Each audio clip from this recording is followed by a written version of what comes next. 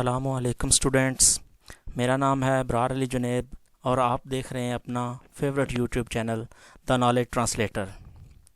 Students, आज हम इंशाल्लाह फ़्लो चार्ट के ऊपर तफसीलन गुफ्तगू करेंगे और मैं फ़्लो चार्ट से रिलेटेड सारी डेफिनेशंस, इसकी इम्पोर्टेंस और इससे रिलेटेड हम प्रैक्टिकल एग्जांपल्स करेंगे ताकि आपको फ़्लो चार्ट वाला एक जो टॉपिक है उसको ब्रीफली आप समझ सकें। स्टूडेंट्स, ये वीडियो मुकम्मल देखने के बाद इंशाल्लाह ताला आप फ़्लो चार्ट के रिलेटेड सारे कंसेप्ट को अच्छी तरह से समझ जाएंगे और आपको आइंदा से फ़्लो चार्ट के मुतल्लिक़ कोई भी वीडियो देखने की ज़रूरत नहीं रहेगी इंशाल्लाह। अगर आपको ये वीडियो इंफॉर्मेटिव लगे तो आपसे मेरी एक रिक्वेस्ट है कि आप काइंडली मेरा यूट्यूब चैनल को सब्सक्राइब कर दें, वीडियो को लाइक कर दें, अपने दोस्तों के साथ शेयर कर दें ताकि उनका भी कुछ फ़ायदा हो जाए और मेरी वीडियो पर एक प्यारा सा कमेंट भी दे दें। तो चलिए स्टार्ट करते हैं। स्टूडेंट्स, फ़्लो चार्ट बेसिकली दो लफ्ज़ों से मिलकर बना है, flow and chart. Flow mean बहाव एंड चार्ट मीन नक्शा, यानी कि प्रॉब्लम को सॉल्व करने के लिए हम मुख्तलिफ़ स्टेप्स के साथ या मुख्तलिफ़ मराइल से गुज़रते हुए हम अपनी डेस्टिनेशन या अपनी मंजिल पर पहुँचेंगे। इसे बोलते हैं कि फ़्लो चार्ट, यानी कि आपके मसले का हल जो है उसको ग्राफिकल रिप्रेजेंटेशन, एक तस्वीरी खाके की मदद से बताता है कि सबसे पहला स्टेप ये होगा आपका, उसके बाद नेक्स्ट स्टेप ये होगा, नेक्स्ट स्टेप ये होगा, फिर आप टू सो ऑन, ऐसे करते करते आप अपनी मंजिल पर पहुंच जाएंगे। तो इसका नाम जो है वो बेसिकली फ़्लो चार्ट है।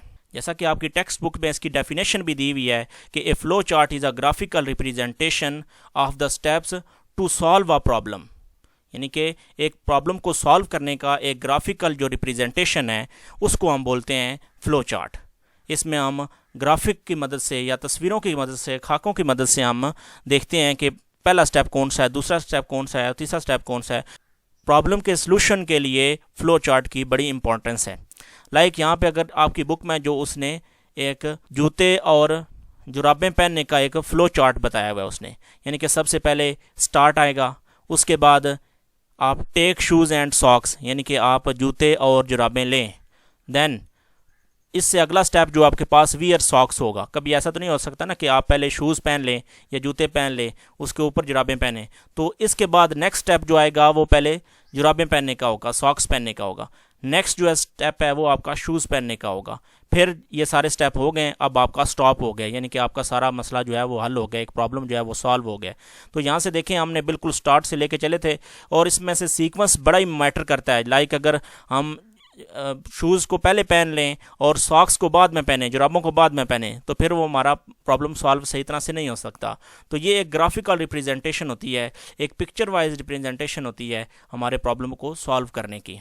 नेक्स्ट पॉइंट है students, importance of flow charts, यानी कि फ़्लो चार्ट की अहमियत क्या है, ये हमारे किस काम आता है। तो फर्स्ट ऑफ ऑल पहली बात यह है कि ये सॉल्यूशन की प्लानिंग के लिए बड़ा इंपॉर्टेंट है। हम सॉल्यूशन का प्लान करते हैं कि कैसे हम किन स्टेप्स को फॉलो करके हम अपनी मंजिल पे पहुंचेंगे। तो पहली जो इसकी इंपॉर्टेंस है वो है planning a solution. Second, understand a problem, यानी कि प्रॉब्लम को एक तो अगर आपने प्रॉब्लम को एक पैराग्राफ की शेप में लिखा हुआ हो तो उसकी बजाय अगर आप एक प्रॉब्लम को ग्राफिकल रिप्रेजेंटेशन या पिक्चर की सूरत में एक प्रॉब्लम को डिफ़ाइन करते हैं तो उसकी समझ एक आपको भी ज़्यादा आ सकती है, या आप जिसको भी दिखाएंगे या जिसको एवेलुएट करने के लिए बोलेंगे तो उसको भी बड़ी इजीली उस प्रॉब्लम की समझ आ सकती है। तो दूसरा हमारे पास इसकी अहमियत या दूसरा इसका फ़ायदा ये है कि हमारे प्रॉब्लम को अच्छी तरह अंडरस्टैंड करने में, हमें समझने में मदद देता है। थर्ड पॉइंट है ग्राफिकल रिप्रेजेंटेशन, यानी कि हमारे प्रॉब्लम को ये ग्राफिकली रिप्रेजेंट करता है, तस्वीरी खाके की सूरत में हमारे प्रॉब्लम को ये दिखाता है। तो वो हमारा प्रॉब्लम जो है वो बड़ा इजी हो जाता है, बजाय इसके कि वो एक वर्ड्स की शेप में लिखा हुआ हो, तो एक पिक्चर की शेप में प्रॉब्लम हमारे लिए समझना बड़ा आसान हो जाता है। चौथा पॉइंट है इजी वेरिफिकेशन, यानी कि हम उसको इजीली वेरीफाई कर सकते हैं कि ये प्रॉब्लम हमारा इस वे से सॉल्व हो जाएगा या नहीं होगा। यानी कि आप जो है वो उसकी प्लानिंग के टाइम ही आपको पता चल जाता है कि इसके अगर मैं सारे स्टेप्स को फॉलो करूंगा तो मैं इजीली अपनी मंजिल पे पहुंच सकूंगा। इंपॉर्टेंस ऑफ फ्लो चार्ट्स के ये चार फायदे थे। पहला प्लानिंग अ सॉल्यूशन, दूसरा अंडरस्टैंडिंग अ प्रॉब्लम, तीसरा ग्राफिकल रिप्रेजेंटेशन और चौथा जो है वो इजी वेरिफिकेशन। आपके हैंड आउट्स में भी यही सारा कुछ बताया हुआ है, 4 पॉइंट्स ही उन्होंने एक्सप्लेन किए हुए हैं वर्ड्स की शेप में, जो मैंने आपको पिक्टोरियल एक बता दी है आपको। तो मैं आपकी हैंड आउट्स को लेके चल रहा हूँ ताकि एट द एंड आपने मेरी वीडियो देखने के बाद अपने हैंड आउट्स को या अपनी जो बुक को ही रेफ़र करना है तो आपको ईज़िली वहाँ से समझ आ सके। नेक्स्ट है जी फ्लो चार्ट रिक्वायरमेंट्स, यानी कि एक फ़्लो चार्ट को बनाने के लिए क्या क्या चीज़ें आपको चाहिए, रिक्वायरमेंट्स क्या है फ़्लो चार्ट बनाने की। तो पहली रिक्वायरमेंट है जी इनपुट, दूसरी रिक्वायरमेंट है प्रोसेसिंग, तीसरी रिक्वायरमेंट है डिसीजन मेकिंग, चौथी रिक्वायरमेंट है आउटपुट। अच्छा, इनपुट की बात कर लेते हैं।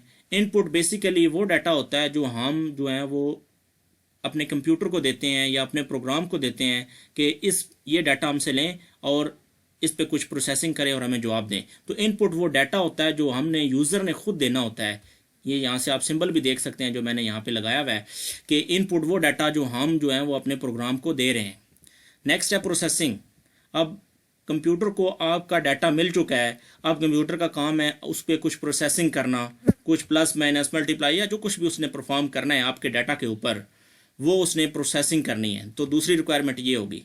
तीसरी रिक्वायरमेंट कि अगर प्रोसेसिंग के दौरान डिसीजन मेकिंग की ज़रूरत पड़ती है कि ये वाला स्टेप लिया जाए या एक और स्टेप लिया जाए, जैसे एक अगर आपने ये देखना हो कि डिजिट्स जो है वो एक इवन है या ऑड है, तो इसमें आपको डिसीजन की ज़रूरत पड़ती है। यानी कि आपके पास जुफ्त अदद है या ताक अदद है, तो इसमें डिसीजन की ज़रूरत पड़ेगी। अगर जुफ्त है तो आप इसको ये कर दें, अगर ताक है तो ये कर दें, तो वहाँ पे आपको डिसीजन मेकिंग की ज़रूरत पड़ेगी। अब लास्ट चीज़ है आउटपुट।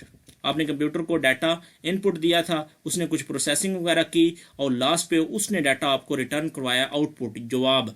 तो यहाँ से आप देखें पिक्चर भी मैंने ऐसी लगाई हुई है कि जिससे डाटा जो है वो बाहर निकल रहा है आपके सिस्टम के अंदर से। तो ये 4 रिक्वायरमेंट्स थी बेसिकली फ्लो चार्ट की। आपके हैंडआउट्स पे भी उसने बिल्कुल 4 ही रिक्वायरमेंट्स बताई हुई हैं। पहली है इनपुट, दूसरी प्रोसेसिंग, तीसरी डिसीजन मेकिंग, चौथी है आउटपुट। ये पिक्चर जो है बड़ी प्यारी उसने लगाई हुई है। इनपुट डाटा जो है जा रहा है, अंदर प्रोसेसिंग हो रही है, प्रोसेसिंग में आप सब कुछ शामिल हो जाता है, इसी में ही आपका डिसीजन मेकिंग वगैरह शामिल हो जाती है। अब यहाँ से जो डाटा निकल रहा है वो आउटपुट है, यानी कि ये वाली चीज़ हमें चाहिए, ये वाली चीज़ हमने सिस्टम को दी थी और यहाँ पे जो है वो सिस्टम ने अपनी प्रोसेसिंग की है या अपना काम किया है। स्टूडेंट्स, अब हम देखते हैं कि फ़्लो चार्ट के लिए सिंबल्स कौन कौन से हैं। सिंबल्स मतलब अलामतें, कौन सी अलामात हैं जो फ़्लो चार्ट में इस्तेमाल होती हैं। तो यहाँ पे मैंने आपको एक पिक्चर लगा के दिखाई हुई है जिसमें सारी की सारी अलामात आ जाती हैं। यहाँ पे आप देख सकते हैं एक ये पिक्चर ये वाली है, इसके अंदर कुछ लाइंस भी आपको नज़र आ रही होंगी। तो इन लाइंस का भी कुछ ना कुछ मकसद है। ये वाली पिक्चर होगी, ये वाली होगी, ये वाली। अच्छा, अब हम 1 बाय 1 स्टार्ट करते हैं। पहला जो है ये इसको टर्मिनल बोला जाता है। टर्मिनल मतलब आगाज़ और इख्तिताम, यानी कि यहाँ से एक चीज़ स्टार्ट होगी और यहाँ पे एंड होगी। ये देखें दोनों शेप्स एक जैसी हैं, तो ये स्टार्ट और एंड के लिए ये वाली शेप इस्तेमाल की जाती है। इसके आपको मुख्तलिफ लाइंस नज़र आ रही होंगी, इनको हम बोलते हैं कि फ़्लो लाइंस, यानी कि इससे आगे फ़्लो कहाँ पे जाना है, बहना कहाँ पे है, जाना कहाँ पे है। तो ये फ़्लो लाइंस होती हैं जो हमें बताती हैं कि अब इस पॉइंट पे थे, अब हम तो यहाँ से फ़्लो होकर यहाँ से बह कर हम नेक्स्ट पॉइंट पे आ गए हैं। इनपुट और आउटपुट के लिए ये वाला सिंबल इस्तेमाल किया जाता है, इनपुट और यहाँ से ये देखें आउटपुट।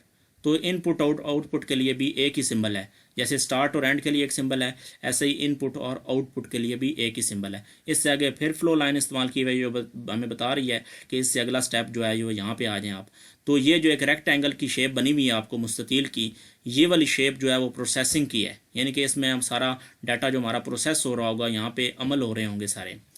नेक्स्ट फिर फ्लो लाइन्स आ जाती हैं। यहाँ पे ये देखें डिसीजन मेकिंग है, ये आपके पास जो एक डायमंड की शेप बनी हुई है, ये डिसीजन की है, फैसला साजी की है। यहाँ से देखें एक साइड पे नो लिखा हुआ है, दूसरी साइड पे यस लिखा हुआ है, यानी कि अगर फैसला आता है नो तो यहाँ पे चले जाएं, अगर फैसला आता है यस तो यहाँ पे चले जाएं। तो ये डिसीजन मेकिंग इसके लिए इस्तेमाल होती है। नेक्स्ट जो है फिर वो आउटपुट वाली वही शेप आ गई, नेक्स्ट एंड वाली शेप। तो बेसिकली यहाँ से 4 से 5 जो शेप हैं आपकी फ्लो चार्ट की, स्टार्ट वाली और एंड वाली एक, इनपुट आउटपुट वाली एक, प्रोसेसिंग वाली, डिसीजन मेकिंग वाली और फ्लो लाइन्स।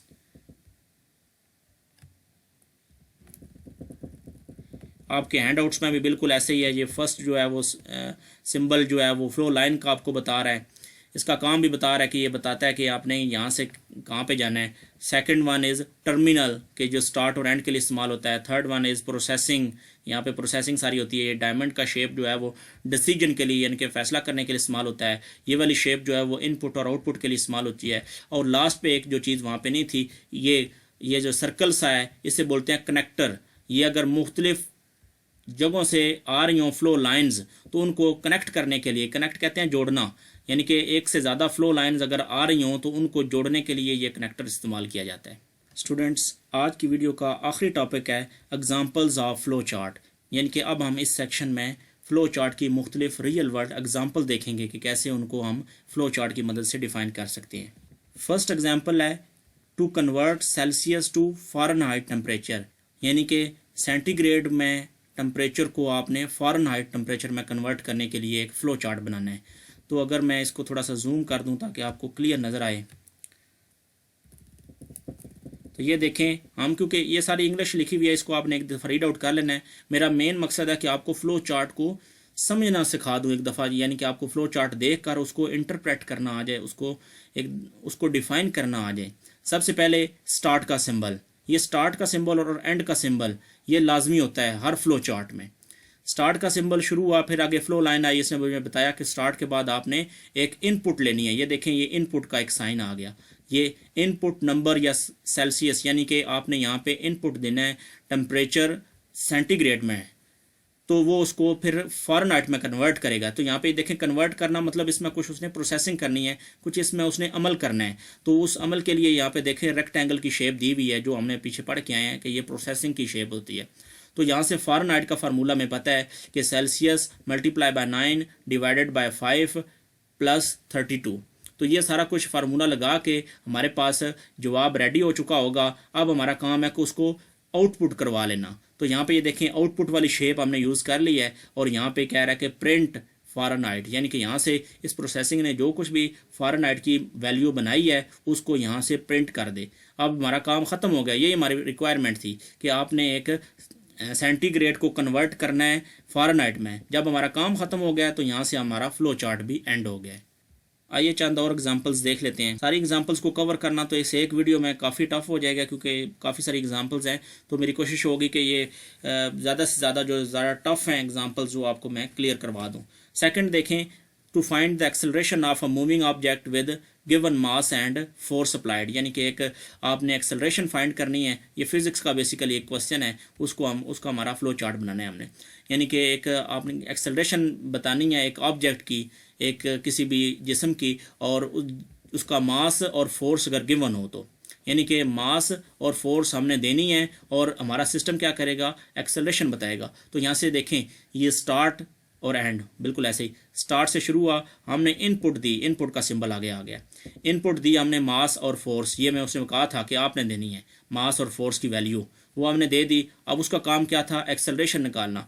तो एक्सेलरेशन निकालने का हमें फार्मूला पता है, एक्सेलरेशन बराबर है फोर्स तकसीम मास, यानी कि फोर्स को मास से तकसीम कर दें तो हमारे पास एक्सेलरेशन निकल आएगा। अब हमारे पास एक्सेलरेशन निकल आ चुका है। अब हमारा काम है इसको प्रिंट करवाना, यानी कि आउटपुट करवाना। तो यहाँ पे देखें, आउटपुट का सिंबल हमने इस्तेमाल किया हुआ है और उस प्रिंट एक्सेलरेशन कर दी है। अब हमारा काम ख़त्म हो गया। यही हमारा काम था कि मास और फोर्स लें और उसको आपने एक्सेलरेशन में कन्वर्ट करवाना है। ख़त्म हो गया काम, तो हमारा फ्लो चार्ट भी एंड हो गया। तो इस वे से आप स्टेप बाय स्टेप अगर फॉलो करेंगे तो आपको ये फ्लो चार्ट को समझना बड़ा ही ईजी हो जाएगा। आइए चंद एक और एग्जांपल्स देखते हैं। ये आप इन दोनों को खुद रीड आउट कर लीजिएगा। इसमें अगर किसी में कोई प्रॉब्लम आ जाती है आप कमेंट सेक्शन में मुझे बताएं, मैं उसको आपको एक्सप्लेन करने की वहाँ पे कोशिश करूँगा इंशाल्लाह। फ्लो चार्ट नंबर 5 हम डिस्कस कर लेते हैं। थोड़ा सा ये बड़ा इंपॉर्टेंट है, बाज़ औक़ात आ जाता है पेपर में। ये कह रहा है कि to find sum product and average of 5 number, यानी कि आपने एक ऐसा फ्लो चार्ट बनाना है जो 5 नंबर ले और हमें उसका सम भी बता दे, प्रोडक्ट यानी कि उनको मल्टीप्लाई करें तो क्या आंसर आए वो भी बताए, और उनकी एवरेज भी निकाल के हमें बताए। तो स्टार्ट हो गया हमारा फ्लो चार्ट। उससे आगे हमारे पास एक इनपुट का सिंबल दिया हुआ है, इनपुट की एक अलामत दी हुई है। इसका मतलब है इसमें हमने इनपुट करना है, और इनपुट हमने कितने नंबर करने थे, 5। तो यहाँ पे उसने देखें 5 नंबर दिए हुए हैं, 0 1 2 3 4। तो ये 5 नंबर उसने दे दिए। अब उसका काम क्या है कि सम निकालना। तो सम कैसे निकलता है, इन सबको ऐड कर दें। तो ये देखें सम का उसने सारा का ऐड कर दिया है। फिर उसका दूसरा काम क्या था, प्रोडक्ट, यानी कि मल्टीप्लाई करवा दें। तो प्रोडक्ट क्या है, सबको ये देखें उसने अंदर मल्टीप्लाई ज़रब दे दी है। अच्छा, तीसरी चीज़ उसने निकाल के देनी थी हमें एवरेज। तो ये देखें एवरेज बेसिकली होता है कि आप इन सब को प्लस करके डिवाइड कर दें 5 के साथ। तो यहाँ पे उसने थोड़ा सा मिस्टेक की हुई है, इसको मल्टीप्लाई करके डिवाइड किया हुआ है। तो आपने यहाँ से इसको थोड़ा सा चेंज कर लेना है। यहाँ से प्लस होगा, ये भी प्लस होगा, ये प्लस, इन सबको प्लस करके फिर डिवाइड करें 5 के साथ। तो जो जवाब आता है उसको हम एवरेज बोलते हैं। तो यहाँ से ये देखें प्रोसेसिंग थी, तो हमने प्रोसेसिंग वाली शेप ही इस्तेमाल की।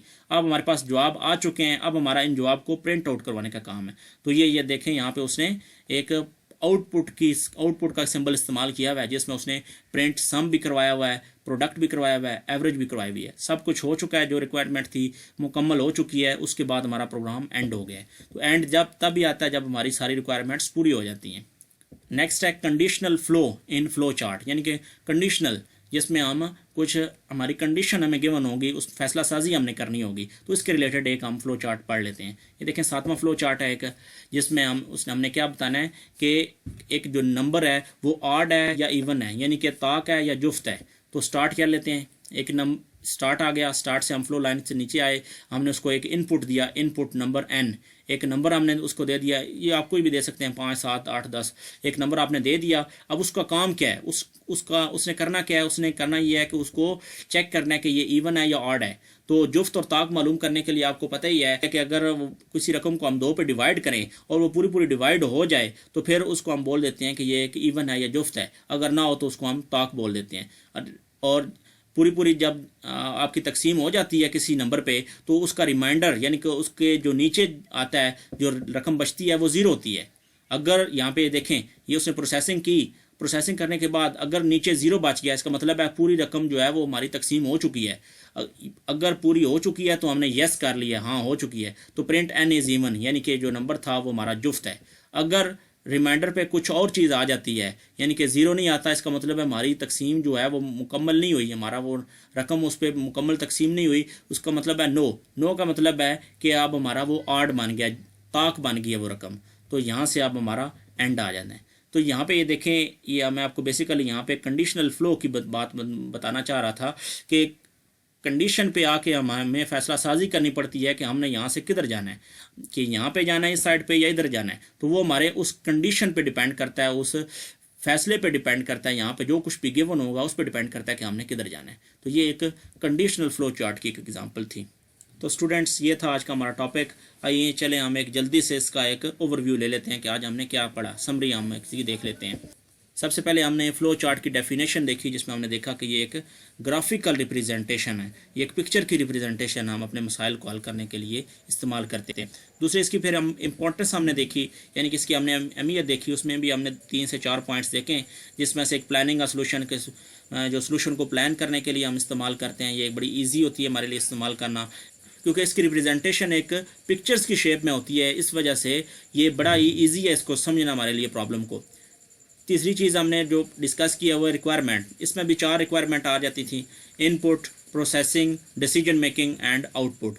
यानी कि हम एक सिस्टम को इनपुट दे रहे हैं, वो हमारा उसके ऊपर कुछ प्रोसेसिंग परफॉर्म कर रहा है और एट द एंड हमें कुछ आउटपुट दे रहा है। नेक्स्ट हमने सिंबल्स देखे, जो 4 से 5 सिंबल्स थे, इनपुट आउटपुट वाला, प्रोसेसिंग वाला, उसके बाद स्टार्ट एंड वाला, फ्लो लाइन्स वाला, ये सारे डिसीजन मेकिंग वाला। तो ये सारे हमारे सिंबल्स थे। लास्ट पे हमने एक प्रैक्टिकल एग्जांपल्स की मदद से इस कॉन्सेप्ट को मज़ीद क्लियर करने की कोशिश की। सो आई होप कि आपको आज की वीडियो इन्फॉर्मेटिव लगी होगी और आपने इससे कुछ ना कुछ लाजमी सीखा होगा। अगर आपको ये वीडियो प्यारी लगी, इन्फॉर्मेटिव लगी, तो काइंडली मेरी आपसे रिक्वेस्ट है कि आप मेरे चैनल को सब्सक्राइब कर दें, क्योंकि एक वीडियो बनाने में काफ़ी सारी मेहनत लग जाती है। पहले डाटा इकट्ठा करना, फिर उसकी रिकॉर्डिंग करना, फिर उसकी एडिटिंग करना, तो काफ़ी सारी मेहनत लग जाती है। तो आपके सब्सक्रिप्शन और लाइक से मुझे और ज़्यादा मोटिवेशन मिलेगी कि मैं आप स्टूडेंट्स के लिए ज़्यादा मेहनत करूं, आपको एक कंसेप्ट को ज़्यादा अच्छे से तरीके से समझाऊं। तो काइंडली मेरे चैनल को सब्सक्राइब कर दें, वीडियो को लाइक कर दें, दोस्तों के साथ शेयर कर दें और एक प्यारा सा कमेंट्स भी कमेंट बॉक्स में दे दें। Thanks a lot. मिलते हैं एक नेक्स्ट इन्फॉर्मेटिव वीडियो के लिए, तब तक के लिए अल्लाह हाफिज़।